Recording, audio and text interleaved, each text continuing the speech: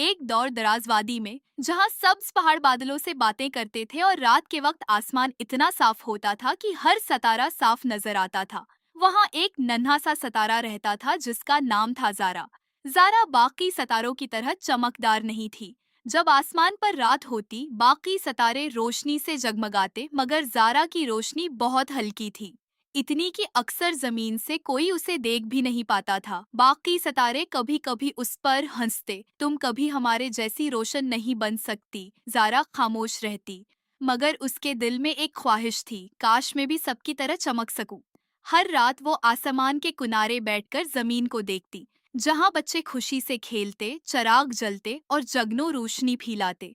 ज़ारा सोचती, जमीन पर तो इतनी रोशनी है, मगर मैं आसमान में होकर भी इतनी मध्यम क्यों हूँ। एक दिन एक बूढ़ा सितारा उसके पास आया। उसकी रोशनी नर्म मगर बहुत पुरस्कुन थी। उसने ज़ारा से कहा, अगर तुम वाकई चमकना चाहती हो तो तुम्हें खोई हुई रोशनी को तलाश करना होगा। ज़ारा हैरान हो गई, खोई हुई रोशनी, वो कहाँ है? बूढ़े सितारे ने आहिस्ता से जवाब दिया, वो जमीन पर कहीं छिपी हुई है, मगर उसे सिर्फ वही ढूंढ सकता है जिसका दिल साफ हो।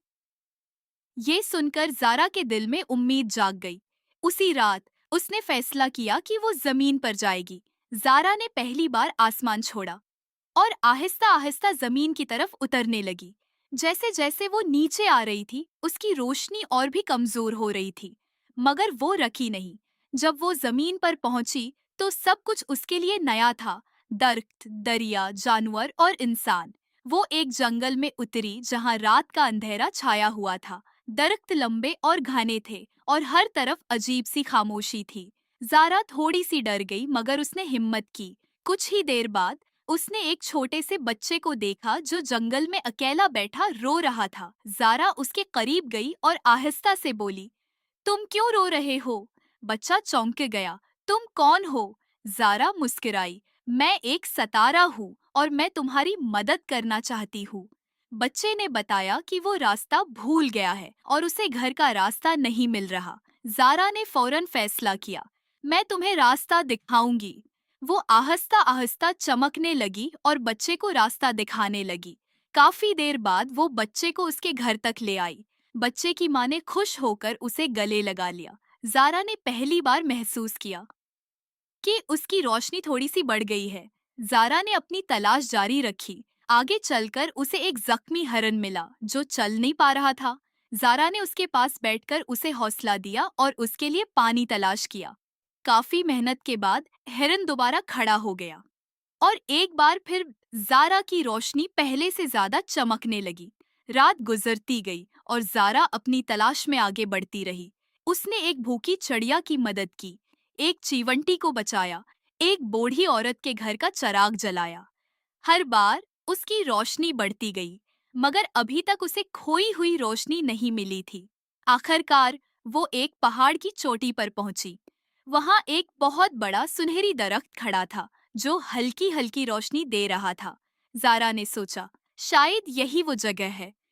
वो दरख्त के करीब गई और बोली, मैं खोई हुई रोशनी को तलाश कर रही हूँ, क्या आप मेरी मदद कर सकते हैं? दरख्त से एक नर्म आवाज आई, तुमने पहले ही उसे पा लिया है। ज़ारा हैरान हो गई, नहीं, मैंने तो कुछ नहीं पाया। दरख्त ने जवाब दिया, हर बार जब तुमने किसी की मदद की, तुमने अपनी रोशनी वापस पाई। ज़ारा खामोश हो गई। उसे अपने तमाम अमाल याद आए। दरख्त ने कहा, ये रोशनी कभी खोती नहीं, वो सिर्फ छिप जाती है और तब वापस आती है जब हम दूसरों के लिए रोशनी बनते हैं। ज़ारा की आंखों में चमक आ गई। अब वो पहले जैसी नहीं रही थी, वो अंदर से रोशन हो चुकी थी। वो वापस आसमान की तरफ उड़ने लगी। जब वो दोबारा अपने मकाम पर पहुंची तो बाकी सितारे हैरान रह गए। ज़ारा अब पहले से कहीं ज्यादा चमक रही थी, मगर इस बार वो सिर्फ बाहर से नहीं बल्कि अंदर से रोशन थी। और उस दिन के बाद ज़ारा सिर्फ एक सितारा नहीं रही बल्कि एक रोशनी बन गई जो दूसरों को रास्ता दिखाती थी। सबक मोरल, असल रोशनी वो नहीं जो नजर आए, बल्कि वो है जो दूसरों के काम आए।